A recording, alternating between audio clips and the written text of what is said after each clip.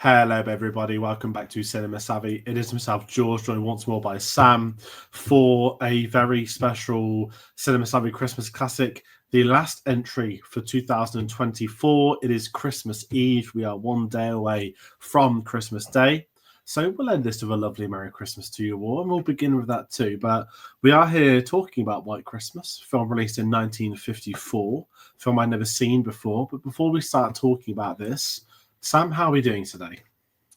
We're good. I mean, anyone who watched the last video, the last Christmas classic, knows that George and I were not well, and we're both still not well.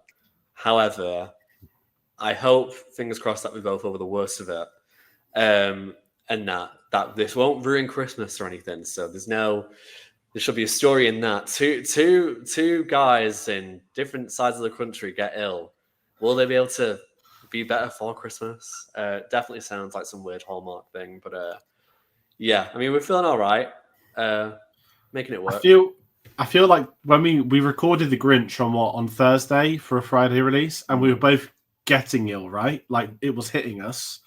We've had the worst, and I feel like today it's like Thursday we're on the worst 20%. It was coming in. Now we're on the last 20%. Like it's been and it's going, not gone. So whether that's cursed and doing a video is going to make it worse, I guess we'll find out in the coming hours and days. But we are ending this year's run on another film from the Golden Age of Hollywood. Last year we did, on Christmas Eve, we did Die Hard. This year we're doing White Christmas, but we have already done one Golden Age of Hollywood film. We did Miracle on 34th Street. Last year we did It's a Wonderful Life. So it feels a bit more Christmassy, sort of going back, not to the 50s for the sake of it, but it'd have been weirder doing this film today and it not being Christmas Eve. And that was a song that had never seen it. Does that make any sense to you? Yeah, I mean, I was quite happy for this to be Christmas Eve because that's more important than anything else. We actually don't see a Christmas Day in this film. It's all about Christmas Eve. So it made so much sense, and I think it's a really nice film to kind of end things on. Even though all these films would have been nice to end on, I think this has more meaning to it than probably all the others. Yeah, absolutely. And what we want to do with this is obviously open up to people at home. So please do comment your thoughts on I Miss a Last Christmas, White Christmas. No, we're not doing Last Christmas this year. If you saw it growing up, if you've been newer to it in recent years, I know there's just been a big 4K remaster for it, which probably looks amazing, given how great those Golden Age of Hollywood films do look at remasters. Comment us and let us know. If you're curious about the videos, if you want to watch more Christmas videos from us, we've got a lovely little playlist. It's got all of the videos from this year. We've got all the videos from last year. This is, I guess, the 10th entry across both years, and it will return in December of next year. So there is a lovely little playlist. But when we talk about videos heading towards the end of the year, I've not announced anything. There's probably going to be a couple of videos, probably a top 10 ranking, probably an anticipated list for next year. Maybe I'll put them on social media. linktree.com/cinemasavvy, and that gets you through to our Facebook, Twitter, Instagram, Letterboxd, and Blue Sky. Wherever you have your social medias, we'll be posting on there, not TikTok. But that kind of leads into the traditional Letterboxd synopsis. And this week is an interesting one. Now, I didn't look at this before. I went into this film knowing nothing, but the Letterboxd synopsis is: two talented song and dance men team up after the war to become one of the hottest acts in show business. In time, they befriend and become romantically involved with the beautiful Haynes sisters, who compromise a sister act. Now, not too short, not too long, but Sam, I'm going to head over to you. Before we talk about my entry point with this, I want to know your history with White Christmas. Very politely and randomly said. I mean, it's not too long a history, to be honest. I never saw this film as a kid, and I didn't watch it until about 2-3 years ago. The same time that I watched It's a Wonderful Life was the same year, I'm pretty sure, that I watched White Christmas for the first time too. So I think that was when I was like, oh, I really need to start watching more classic Christmas films and all these films that I've grown up with but never seen. So White Christmas was another one that I was very, very aware of, one that was mentioned to me by family members, just not one that I chose to watch. Obviously, I think the main thing from this film that the wider audience would know is, of course, the song "White Christmas." It's one of kind of the Christmas songs to play. And yeah, but I watched it that first time 2-3 years ago. Really enjoyed it. And yeah, it's one that I'm probably won't watch every Christmas, but I'll probably keep on. I think I have a greater enjoyment of this over Miracle on 34th Street, personally. But I think I really like the musical aspects of it, and kind of a mix of kind of romantic stuff with actual kind of real, genuine, kind of emotional tugs that this film is able to do. Um, so it goes from what I think is kind of a simple story and something that's actually just really, really sweet. So I'm really glad I kind of wish I had seen it earlier, but very glad that I've watched it now. But it will be interesting to hear, George. I know you're not, haven't had a great history with this film, and have it. I don't know what your history of musicals is like.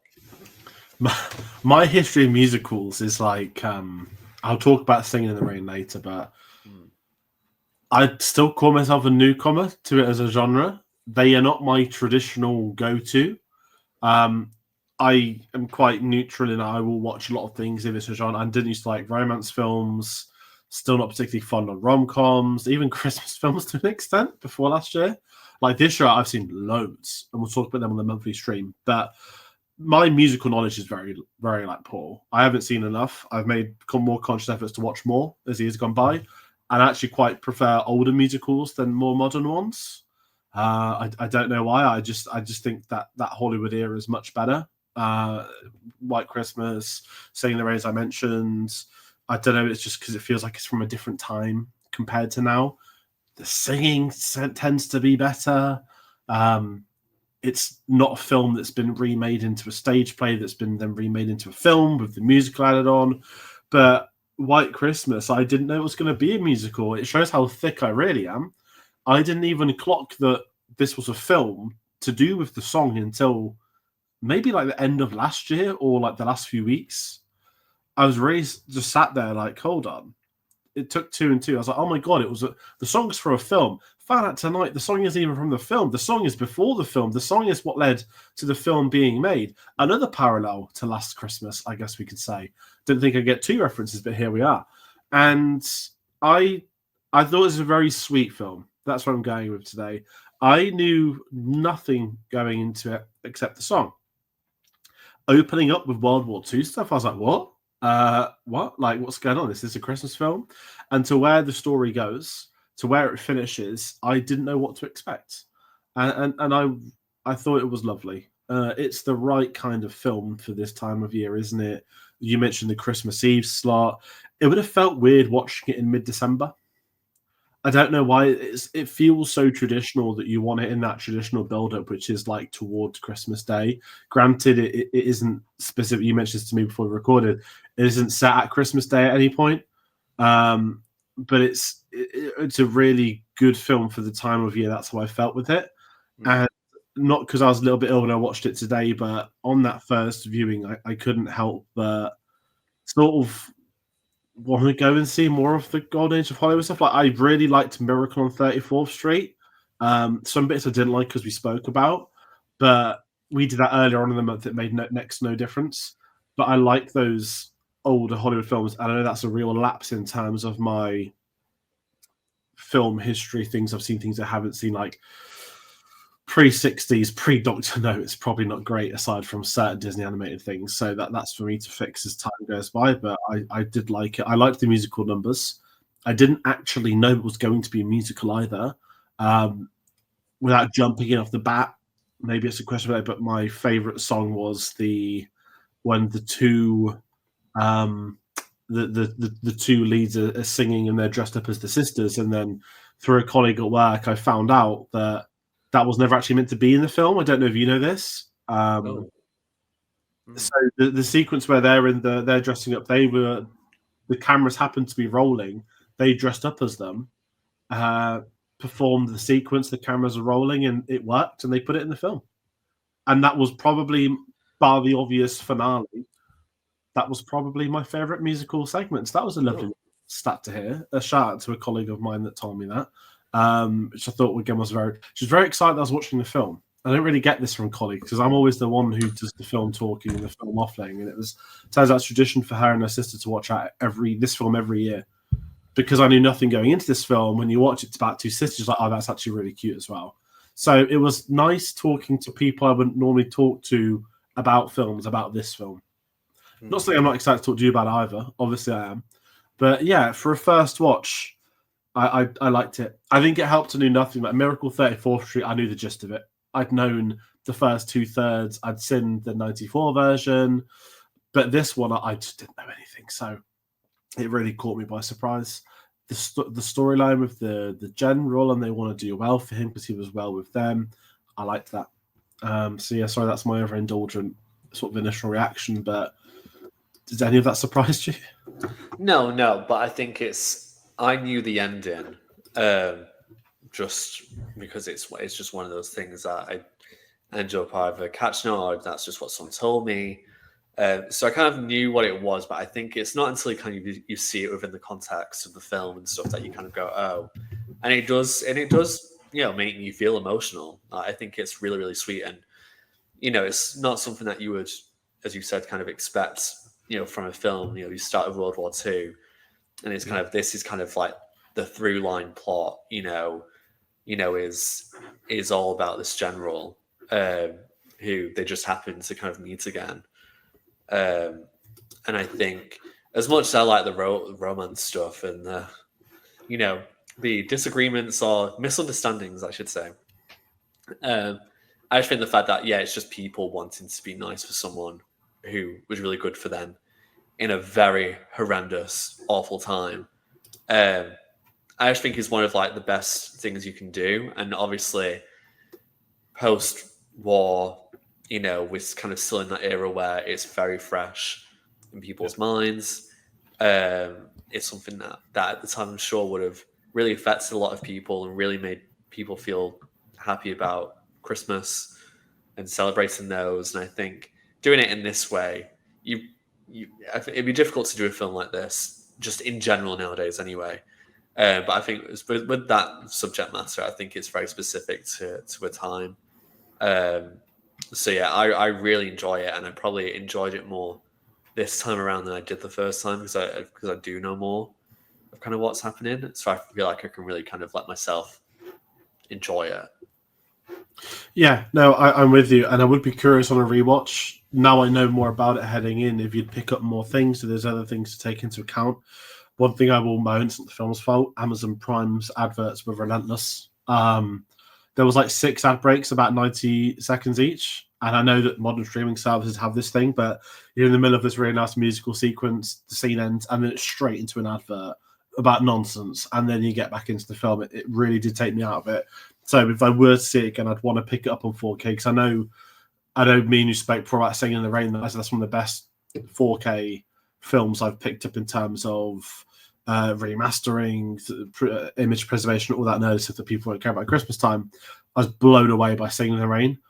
Those studio films of the 50s, if they've had the correct processes, they look better than films that are released now and of the last 20 years. Loads of science behind that. I won't get into that in the Christmas video, but that's more appealing for me to want to try this because you get to appreciate so much more about a film, the production design, the costumes, particularly the dancing sequences. I love seeing that older style modernized. And I'm also going to say, to my knowledge, I don't think anyone's ever tried to remake this film, have they? I know it became a stage play at some point, but I was just sat there saying, it's, we've seen on the news this week that Chitty Chitty Bang Bang and Amazon are going to remake it. Proving Barbara Broccoli right without getting into a separate conversation. But I was just surprised that, hold on, like White Christmas is like primed, no pun intended, for someone to try and redo, but they haven't, which is great. But it lent itself towards, with it being like a traditional musical, I don't know if I'm just waffling, but that was just something I thought about. Has there been other versions of this as time's gone by? Is this something someone would try and do if they could, but they haven't, thankfully? It'd be very different if they did it, but I couldn't wrap my head around. I'm not sure. Did you watch the Steven Spielberg West Side Story? I didn't know. Okay, there's an actor in it who, oh my god, let me grab his name. It's embarrassing, I've forgotten it. Mike, I can never pronounce his surname. Faust or Feist. He was in Challengers this year. Right. Danny Kaye in this is a spitting image of Mike Feist. And because Mike Feist, I'd first seen him through a musical, he's an incredible singer and dancer performer. I had this weird imagery in my head. I was like, oh my god, it's like watching like Mike Feist's like relative, not descendant. I see it. Yeah, and it was really taking me out because he's quite young in this, the actor as well. It was really taking me. That's when my head kept going to remakes. So I was like, no, get it out of the head. But that's way off point, way off topic. But kind of, I want to ask you actually with this, with it being like a God Age of Hollywood film, right? Last time when we did Miracle 34th Street, we spoke about something that's involved. This one, Bing Crosby. Now, I've not seen him anything. I was convinced I knew him from somewhere. I know he's done film, he's done TV, he's done singing. I think he sung the original White Christmas song, and that part of it being into a film was his involvement. But I loved the 4 leads in this. 4 leads is a tricky thing to balance. The idea that 2 of them are sisters, I quite liked that. If I had a ridiculous, childish critique of the film, it's those guys got pretty famous after the war pretty quickly, but it's not about that. You need the war to set up the final acts with the general, but you don't have the time, because at 2 hours for a 50s film, I feel was quite long, especially for a musical. I know someone's going to try and say some of them are like 3 hours, but I was shocked at the 2 hour runtime. But once you get past that montage at the start and you get into the story, it's really quite captivating, and they work great as both duos work together. Like, if you cast the wrong 2 guys and the right 2 girls, the film doesn't work. You've got to cast all 4 correctly for it to work, and it did. And I just think that caught me back in a really great way, that I had a pretty fun time with everyone involved. Yeah, I think it's traditionally in these types of films, like especially like a movie musical at this time, there's usually at least the main 2, which will always be kind of, that'll be the relationship that you kind of root for. That's the go-to. With this, I mean, it is quite equal, but I do think Bing Crosby is kind of, I guess, the main draw. So he's the one that we follow the most, I would say. So his and Rosemary Clooney's kind of relationship is a bit more at the forefront, especially because they're the ones with drama. So that's the one that we kind of have to root for a bit more. Whereas, the one between Danny Kaye and Vera-Ellen is a bit more, it's bubbling under the surface. It's kind of getting there. And as we see in one scene, she's very much eager for something to happen. Or at least she's letting herself say that or show that more than Danny Kaye is. But no, I think they all work, and it's not so kind of crazy. It's not like a 7 Brides for 7 Brothers thing where it's like, oh, everyone just seems to work. Everyone seems to be happy with the person that they get. It's very obvious upon their initial meeting, like one person likes one person likes the other, and it's mutual. So I like that that's kind of done very early on. I mean, that you see them, those relationships developing with each other, as well as kind of seeing kind of the relationships that they have with each other. So, singing partners or kind of partners who work together. And then the sisters, I think it's nice kind of seeing them in their own spaces too. But no, I think they're all really fantastic, and I think they've got a really good supporting cast as well. I mean, Dean Jagger is the major general. Is kind of like, I don't want to say like an understated performance, but he could really have been, more gruff, or at least a bit more stereotypical, army general. And the fact that, like, it's very clear that he could, as a character, he could do that. You can kind of see that within him, but that he is. There's more to him than that, and I'm glad that they kind of allowed to show a more sincere side of a character like that. Because I feel like in the early 50s as well, showing a general like that to me is, I wasn't really expecting that. I mean, that's why, like we both have said, we find it so sweet. Because I would feel like there'd be a whole bravado macho thing, and they kind of, while still doing that stuff with all the army things that's involved, it's just really nice to kind of see a different angle, and I think that's why it's more heartwarming and why it allows many different types of people to enjoy this film, because it's not saying you are this and that's that, and I think that's kind of one of my takeaways, is that just because someone is like this does not mean that they're this type of person, and so many people appreciate you as well. I just think it's just really, really lovely. Yeah, and you mentioned the general. I thought what was interesting for me is even seeing a film set in '54, where his story arc goes is even he's got his own, that he tries to rejoin the army and it's rejected, and even within a decade of World War II ending, they are still contextually at the time of making the film. It's very recent, as you said, that was some people's normality. You hear stories from veterans where like they found a home with their Marine Corps and stuff like that. And when you get to the ending of the regiment reunited, like the opening scene, I quite liked that. And I don't want to get into modern politics at all, if I'm honest, but it's much more interesting seeing how like the army is represented within a decade of a war ending compared to how an army would be represented that was made today, set in that 50s.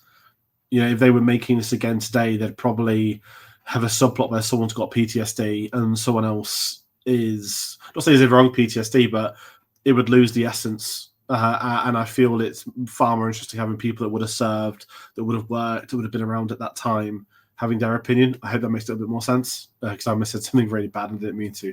But yeah, I quite liked it. And by the time you get to the lodge, because even in an opening, 2 scenes he's in, you like him.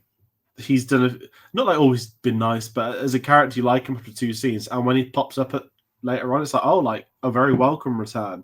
We're not shoehorn 10 to 15 people in to turn up at the same scene. It's just one person that's going to make a difference. And even the soldiers saluting him both times, you get the old sort of slapstick. The second one comes and the second one does it, which I thought was funny. I really liked how they handled it, and to get the balance right of their two and the sisters being involved because they were going there for work. They almost lose the job. They're about to get the half pay for being cancelled on. But the judge says, no, we're going to make this work, make this go ahead. I quite liked it. And if we sort of get into the Christmas side of it, granted, it doesn't take place on Christmas Day. I know it ends on Christmas Eve. Even, not like the thematics of it are like Christmas related, but we spoke so much about Christmas being a family thing. Having the opening scene in the war, and also this is a weird tangent I'm going to go on, sorry in advance.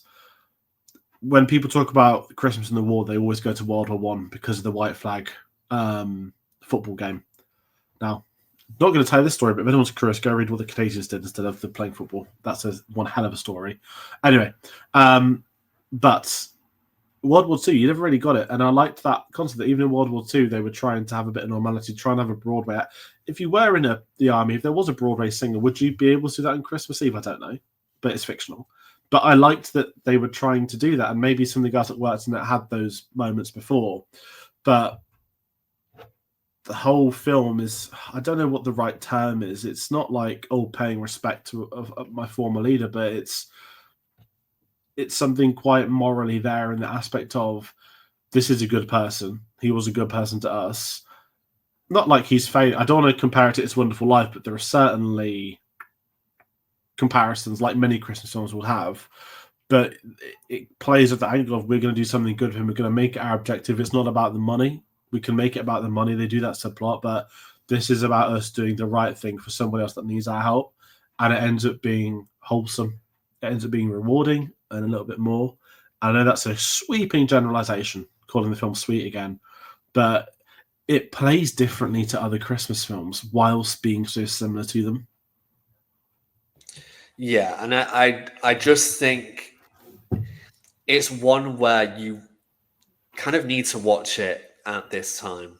Like I find it, I would find it really weird to watch it earlier on, as we've kind of already mentioned. But I think because it starts and ends on Christmas Eve, and because of all of the meanings that go into it, and kind of all the joy and the emotion, I think it's one of those ones where it's like you would want to be with your family or your partner or whoever and sit, relax, and really enjoy this, and just kind of, in a way, makes you feel appreciative of Christmas a bit more. And it's cheesy to say, but I think we're still in a time where people need this joy, and to kind of provide that in this way, I think it romanticize, things a bit.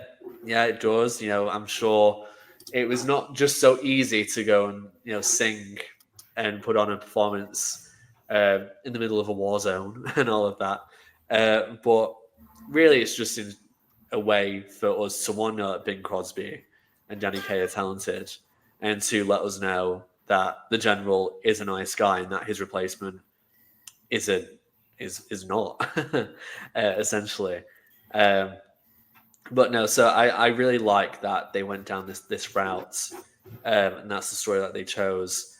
And it's not, I guess, high stakes or anything like that, but because it's on such a more personal level, it's kind of equal footing a little bit with something that's more high stakes. And I think you can just see, and I think it's to me, it's the acting in those final scenes, those final shots, like Dean Jagger's face when he kind of like realizes everything and he's kind of with these people, and just if that didn't work, then the ending would flop a bit. But he's a character. He's a man who's done his duty, done his work, and has been told that he can't do that again, and is like, this is it for me. So to have not just these two, guys wander in and do something, it's to have that support of as many people who could come. Just is something so heartwarming, and again, I think it's really difficult to do that nowadays. Like, to have something that's just so heartwarming without it feeling really fake. And I think that's what the golden age of Hollywood really does. It manages to kind of balance so many things out, throw in some musical numbers, and still feel like, oh yeah, this could be real, or this could happen, and feeling really joyous about it. And that's what gravitates me towards those.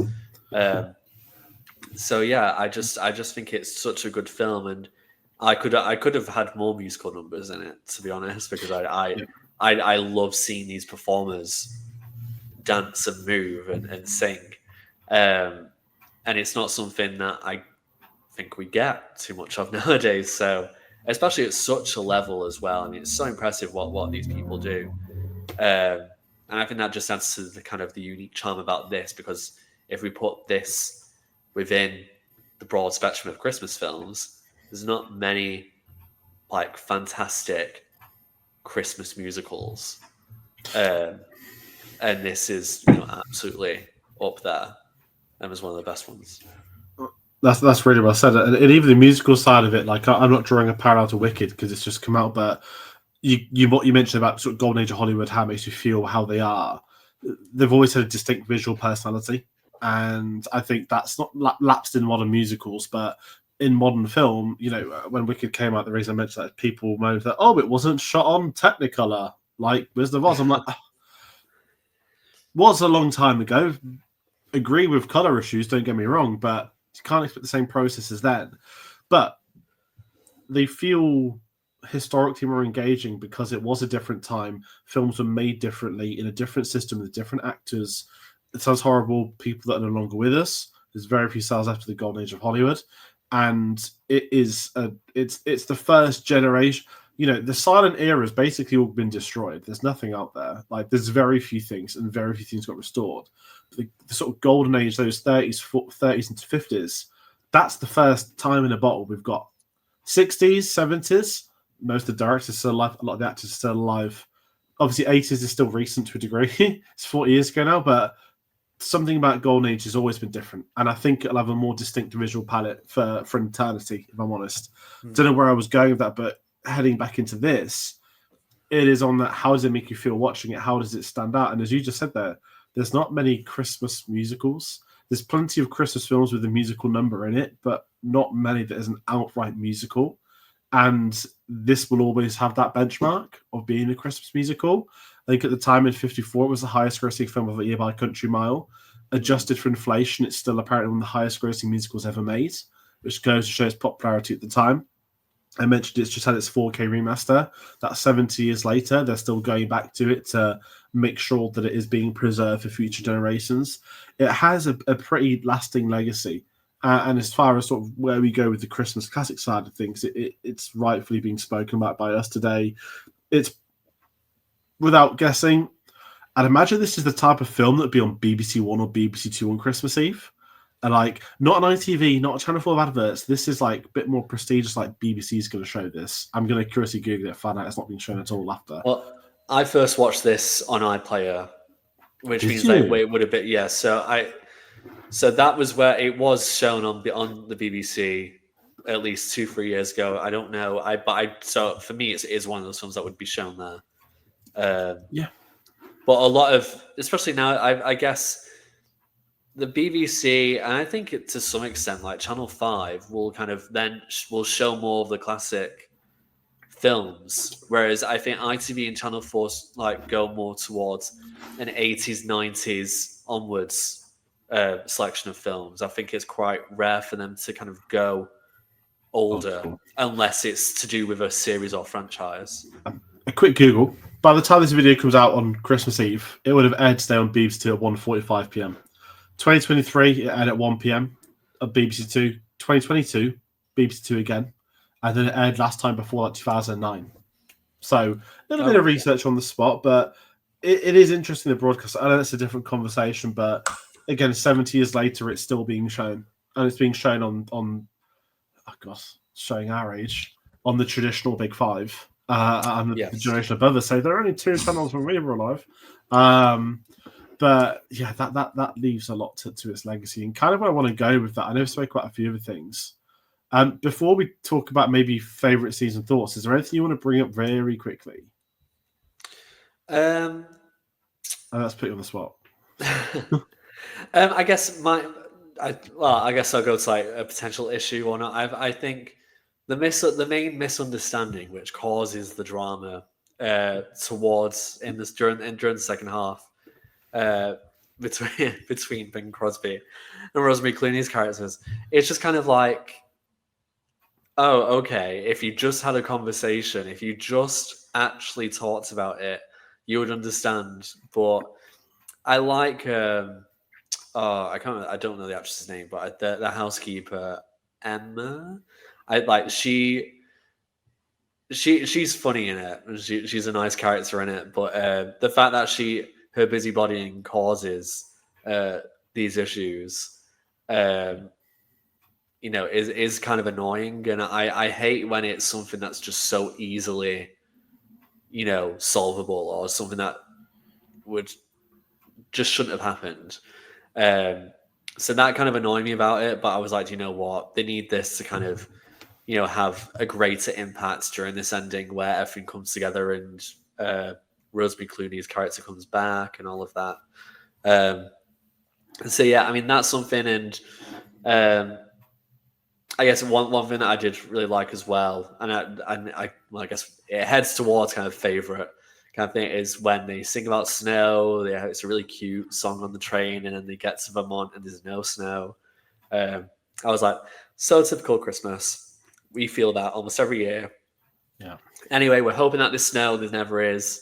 But of course, at the very end, there is snow, which is lovely. Puts a nice bow on it. Yeah. That's fair. I mean, I'm glad you mentioned the end. Without segueing, I mentioned I love the musical number where the sisters are singing, and it's the guys in their costumes and that's came to be a happy by accident, which I loved finding out. If I'm honest, that's a really nice bit of trivia. I love when a film gets something captured by mistake. Not going to the obvious one. Aragorn broke his toe kicking the helmet in Lord of the Rings. Like those kinds of things where it's like Tom Cruise broke his ankle on Mission Impossible, leaves the cut in for you to see. I like happy accidents, and that's allowed. That can happen in film. Not everything has to be regimented. I get at times it does, but there's nothing wrong with a bit of improvisation that goes a long way. Not that it's even improv, it's just them having a bit of fun on set. Cameras happen to be rolling. Great, done. I really like that moment, but the ending is just it's the film, isn't it? It's White Christmas. It doesn't work. It was kind of like when we did It's Wonderful Life last year. I didn't really not get it, but I didn't really. I don't want to say didn't hold it in high regard. Everyone had told me it's the greatest film we've made at Christmas, blah blah blah blah blah, and I'm with them. It's only until I got to the ending where that really came into fruition. Like it's the long-eyed stale, 1,000-mile stale, whatever they call it. Where it's like, I get it now. The Danny DeVito one, I get it now. That was me at the end of this. It's like everything worked out beautifully. We've got the great costumes. They're singing. We've got snow. It's been a happy ending for the general. Lovely. That made the film. If the final scene doesn't work, the film doesn't work. I just thought it was really nice. And I keep using polite words like that, but it is. I know, you're so not used to that, George. I know. Listen, so sickly sweet. I cried at Sonic 3, but not at White Christmas. What does that say about me? It says so much. But no, but yeah, I mean, if we are talking about the favorite notable scene, I mean, yeah, the ending, the final 10 minutes is just the best. It's like, I was about to say the best thing ever. It's not, but it's so good and it feels so earned. Even though it's not like it's not like it's been a massive roller coaster, but it has been a ride. It has been a journey, and it's so nice to kind of see everything be what it's supposed to be. The film is telling you, enjoy this, cry at this, feel happy about this. It's just so lovely. Other scenes or kind of elements of the film that I like or enjoy a lot. I mentioned the train scene. I think when they're in the kind of the dining car and they're talking and singing together, I think that's really cute. I think the first dance between what they call Kaye and Vera-Ellen when they're outside the club in Florida and kind of the just dancing away, and they're on a little bit of kind of a boardwalky thing, and then I'm dancing on top of an upturned boat, and it's really cute. Again, I feel like, sweet, cute. It's just a really nice thing, but you see the talents of these, these actors, and I love it when, and you see it in this era when actors are kind of so talented, multifaceted, can do so many things. And it's all there in front of you on screen. It's so clear. It's just absolutely gorgeous. So then, of course, the sisters things I enjoy too. It is funny seeing Bing Crosby look so over it, so done in that scene. It's so funny. And yeah, I even did enjoy the beginning, even though I was like, oh God, it's the war, this bit thing. But to even just kind of see it, I feel like if we'd just been told about it, it wouldn't have hit as much. But to just see a few minutes of it, which is all that the film gives us, is enough to kind of make us go, okay, this is something that we'll go back to, or we understand why they got where they are. Bing Crosby's character being saved, and they're working together, and all that. Yeah, again, I was about to say it's really lovely, sweet, cute. It is. That's what you want on Christmas Eve. If it's not John McClane at Nakatomi Plaza, it is something like this. Even when we spoke about the Grinch the other day, we said, yeah, like Grinches are great. It's out on Christmas Eve, but it's great, but it doesn't have that wholesome, oh, it's Christmas tomorrow. That's what this film feels like. This film feels like, oh, it's Christmas tomorrow. And I guess because it ends on Christmas Eve, it adds to it. But it takes away the pressure of, oh, Christmas Day is the thing. Like, it without having that, you kind of can tell a completely different story, which is kind of what I like about it, is that it's not about, oh, we're going to do something about the presents and about, everything needs to be ready for Christmas Day. There's certain thing that only that day has. It's more, Christmas Eve. Yeah, that's a big day, but it's also meaningful in a completely different way. And that's going to be the focus rather than, all the, I guess, commercialized elements of what Christmas is. Yeah. And I think this is why this will kind of be more long-standing because it kind of disregards that commercial element. No, and I like that it isn't the commercial side for once. That's such a big thing, and we know it's fine with some films. Some films are engineered for that, but going back to the 50s, right, a different time, different ideologies surrounding the filmmaking. As much as with Miracle 34th Street, I know Macy's were involved, but that was more wholesome. That was two rival stores being involved in this very polite story. Is an understatement. You just wouldn't get that today, and yeah, I'll come on at that point. That'd be one hell of a video essay, commercialization of Christmas in cinema. Considering the big bads in Miracle 34th Street was the marketing people. Yeah, compared to now, there's several editions of that. Now we have Red One. The less said about that, the better. But if I head into my final thoughts, I'm sorry, it's sweet. That's the word I've used the most today. I'm going to stick with that. It's a very short summary, but listen, it's the sort of Christmas film I'm willing to revisit that I do want to revisit. I'm glad you picked it. I'm glad you suggested it. We went with it. I love seeing films I've not seen for the first time. I've seen a lot this year. I really have opened my eyes to Christmas films. Not like The Grinch. Sometimes it was like, oh, Hans Zimmer did the score to this, and Jude Law happens to be in Skeleton Crew. That would do today. Or it was, I worked this one many years ago, just put off watching it. A film I've already spoken about twice in the video. Won't tell you what that one is. So yeah, I saw Klaus. We did a Christmas. It's been very Christmassy this year. It's been a bit more festive than normal years, so it's lovely to sort of end it with this. Is this the last Christmas film I watched this year?